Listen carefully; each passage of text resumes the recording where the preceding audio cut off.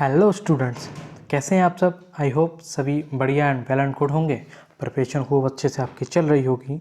आज जो हम डिस्कस करने वाले हैं पार्ट 3 डिस्कस करने वाले हैं।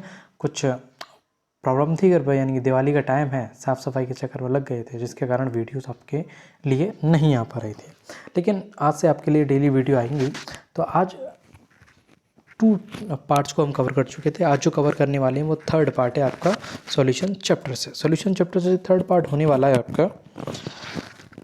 इससे पहले कि अगर पार्ट्स आपने नहीं देखे हैं तो वीडियो का लिंक आपको डिस्क्रिप्शन में मिल जाएगा या आई बटन में दिखाई दे रहा होगा, वहाँ जाकर आप देख सकते हैं।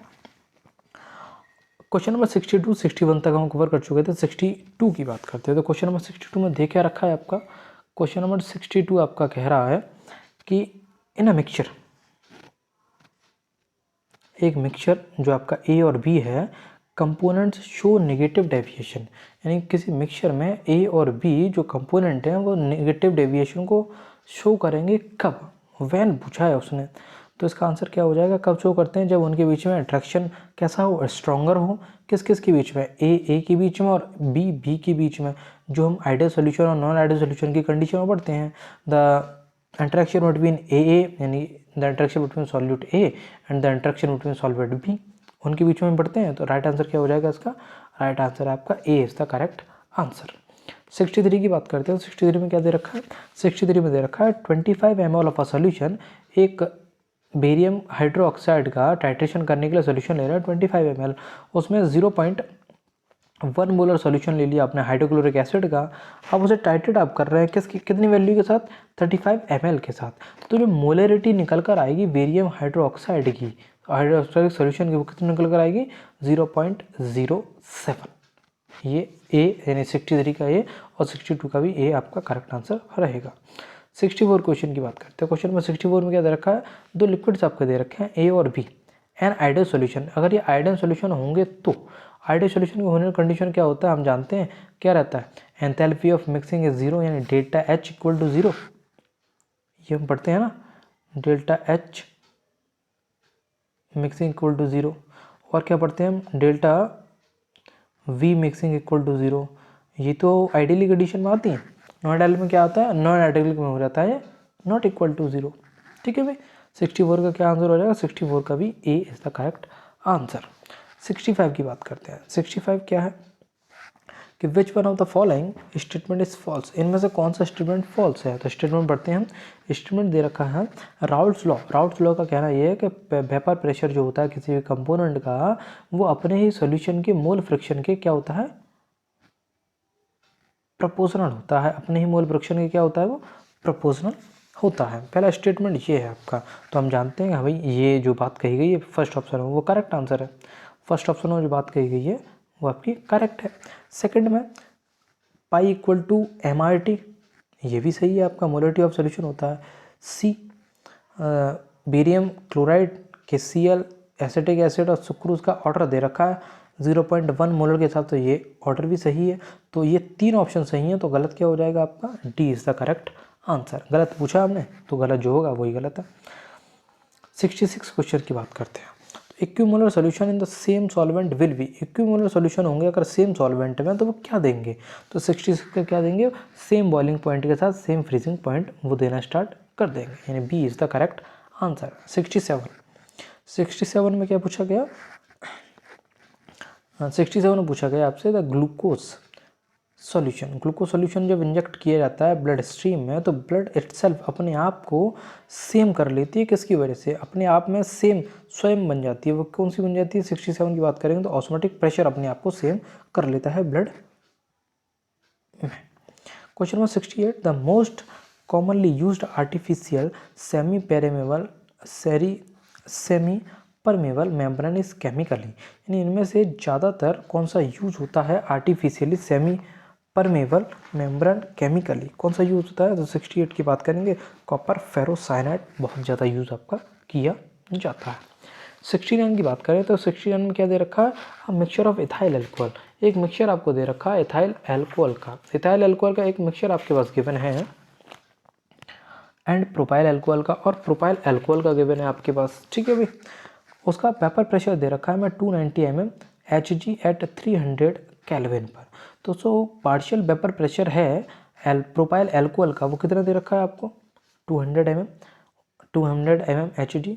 If the mole fraction of ethyl glycol का अगर मोल फ्रिक्शन हो कितना 0.6, तो उसके वेपर प्रेशर सेम टेम्परेचर पर कितना निकल कर आएगा। तो 69 की बात करें तो कितना निकल कर आएगा 350 is the correct answer.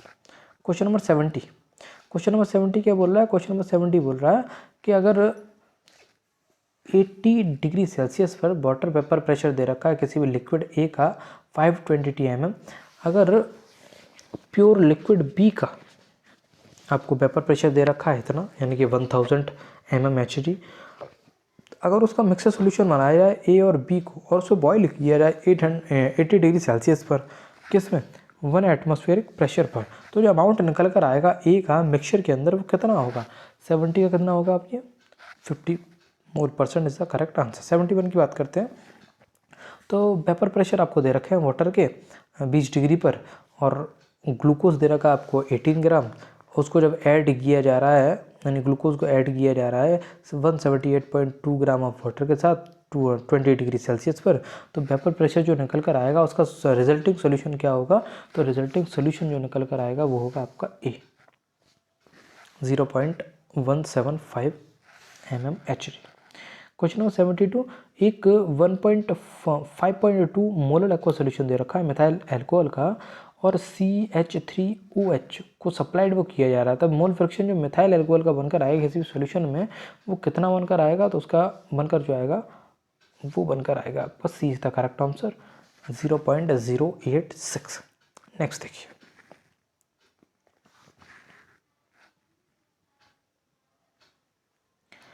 Question number 73 क्या बोल रहा है, क्वेश्चन नंबर 73 बोल रहा है कि कैम्फर को अगर मॉलिक्यूलर मासेस के डिटरमाइन किया जाए नेफ्थलीन बाई रास्ट मेथड के थ्रू, तो क्यों, उस क्यों की का आंसर देना है। हमें कैम्फर को अगर यूज किया जाता है मॉलिक्यूलर मास डिटरमाइन के लिए, तो नेफ्थलीन का रास्ट मेथड के लिए क्यों इस्तेमाल किया जाता है, तो उसका आंसर होगा क्यों का आपका क्यों इस्तेमाल किया जाता है, it has a very high cryoscopic constant होता है जिसकी वजह से इसको इस्तेमाल किया जाता है। B option is the correct answer. 74 एक यूरिया दे रखा है आपको जिसको एटमॉस्फेरिक प्रेशर पर KF और KB में डिफाइन जब किया जा रहा है, तो सॉल्यूशन जो फ्रीज होगा वो कितने पर होगा, तो ऑप्शन होगा इसका B is the correct, sorry B नहीं, D is the correct answer -6.54 degree Celsius. 75 water vapour pressure दे रखा है P एंड Q का 80% या 80 एंड 60 टॉर रेस्पेक्टिवली, तो टोटल वेपर प्रेशर जो निकल कर आएगा किसी भी सॉल्यूशन का जो ऑब्टेंड किया जाएगा 3 मोल के द्वारा, 3 मोल ऑफ P के 3 मोल के द्वारा, Q के 2 मोल के द्वारा, तो वो कितना निकल कर आएगा। 75 की बात करेंगे तो 75 का निकल कर आएगा आपका A 72 torr is the correct answer. 76 a solution containing 10% 10 पर डेकामीटर आपको दे रखा है, डेकामीटर क्यूब ऑफ यूरिया का दे रखा है जिसका आइसोटोनिक 5% के साथ सॉल्यूशन में नॉन वोलेटाइल सोल्यूट बना रहा है, तो उसका जो मॉलिक्यूलर मास निकल कर आएगा नॉन वोलेटाइल सोल्यूट में वो कितना होगा, तो 66 का कितना होगा भैया 66 का C is the correct answer, C option is the correct answer 300 gram per mole. 77 की बात करें तो 77 क्या है कि नॉन इलेक्ट्रोड सोल्यूट दे रखा है आपको 1 ग्राम, उसे जब डिसॉल्व किया जा रहा है 51.2 ग्राम ऑफ बेंजीन थे, तब उसका फ्रीजिंग पॉइंट डिप्रेशन कांस्टेंट दे रखा है KF, बेंजीन का 5.12, तो वो पूछ रहा है कि इसका फ्रीजिंग पॉइंट बेंजीन का लोअर्ड कितना हो सकता है, यानी कम से कम कितना हो सकता है, तो कम से कम कितना हो सकता है 0.4 केल्विन। क्वेश्चन नंबर 78 की बात कर रहे हैं। A solution of acetone in ethanol, एक सॉल्यूशन एसीटोन का दे रखा है इथेनॉल के अंदर, वो कौन सी कंडीशन को फॉलो करेगा, वो कंडीशन को फॉलो करेगा पॉजिटिव डेविएशन को शो करेगा किसके थ्रू, यानी किससे थ्रू, राउल्ट्स लॉ के थ्रू। क्वेश्चन नंबर 79 को देखते हैं। क्वेश्चन नंबर 79 में देखा रखा है, क्वेश्चन नंबर 79 दे रखा है the factor delta TB upon KB present, delta TB upon KB present करता है, तो किसको प्रेजेंट करता है आपका मोलैरिटी मोलिलिटी को शो आउट वो करता है। किसको करता है? मोलिलिटी को। एक एज़ोट्रोपिक सॉल्यूशन दे रखा है जिसमें दो लिक्विड हैं, has boiling point lower than either of them when it, यानी सिंपल सा बोला कि एक एज़ोट्रोपी आपको सॉल्यूशन दे रखा है जिसके दो लिक्विड बॉइलिंग पॉइंट और लोअर पर जब देखे जा रहे हैं तो वो कितना और कब कैसे निकल कर आएगा। तो 80 का जो आंसर होगा आपका वो भी सेम है, पॉजिटिव डेविएशन शो करेगा राउल्ट्स लॉ के थ्रू। सी ऑप्शन है तो करेक्ट आंसर।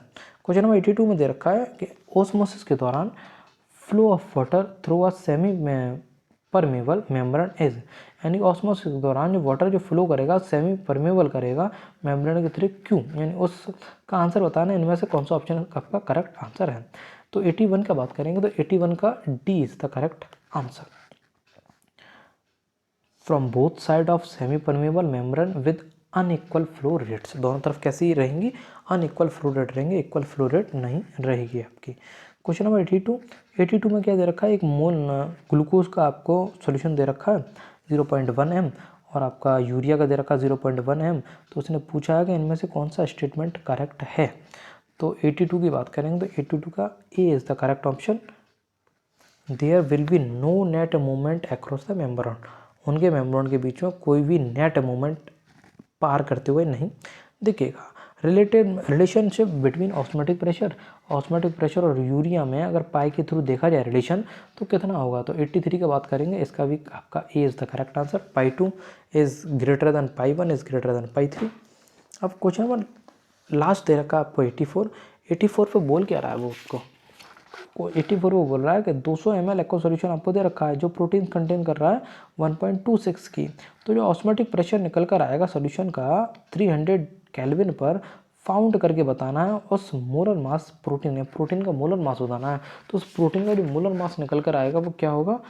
610, यानी कि D option is the correct answer. 61039 gram per मोल। यही वीडियो आपकी फिनिश होती है और नेक्स्ट पार्ट और रह गया है जिसमें हम कवर करेंगे 85 to 107 क्वेश्चंस को और चैप्टर को फिनिश करेंगे ताकि और नेक्स्ट पी ब्लॉक के लिए आपके लिए लेक्चर्स हम लाते हैं। Thank you.